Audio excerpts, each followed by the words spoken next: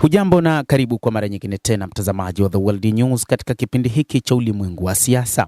Tunaendelea kukufahamisha mengi yanayojiri duniani, lakini wakati huu ni gwiji la kidiplomasia ambaye pia ni waziri wa mambo ya kigeni wa Urusi Sergei Lavrov anemtuhumu katibu mkuu wa Umoja wa Mataifa Antonio Guterres kwamba anashirikiana na Marekani na washirika wa Magharibi katika kurudisha nyuma makubaliano ya mapigano kati ya Urusi na Ukraine, hasa makubaliano yaliyofanyika huko Ankaragod.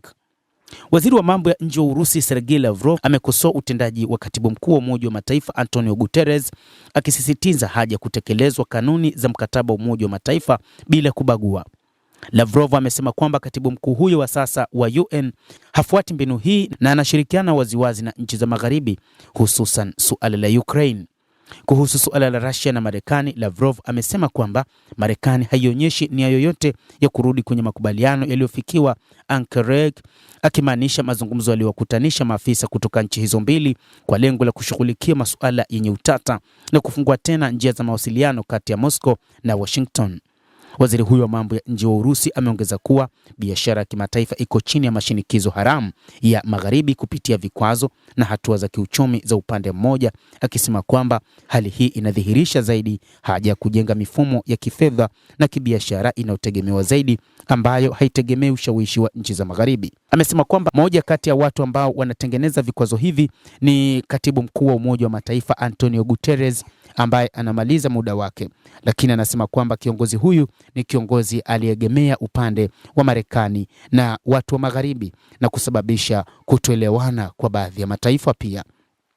Matamshi ya Lavrov yanakuja huku kukiwa na mvutano unaendelea kati ya Urusi na Magharibi kuhusu vita nchini Ukraine, lakini upanuzi wa vikwazo vya Magharibi dhidi ya Moscow na juhudi za kundi la nchi kadhaa za kukuza mifumo mbadala ya kifedha na kibiashara ambayo itapunguza utegemezi kwa mifumo inayotawaliwa na Marekani na washirika wake.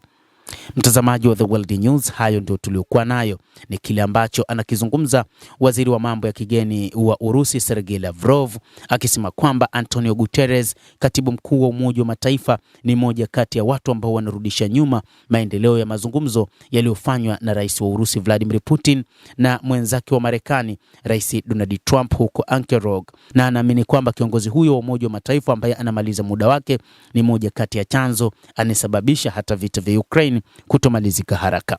Endelea kutufuatilia mtazamaji, lakini ni kusihi usisahau kulike, usisahau kucomment, kadhalika kusubscribe channel yetu hii ili upate habari hizi kwa mapana kupitia hapa The World News. Jina langu ni Adam Hussein. Endelea kuwa nasi wakati wote, endelea kutufuatilia ili uyajue mengi ambayo yanajiri katika ulimwengu.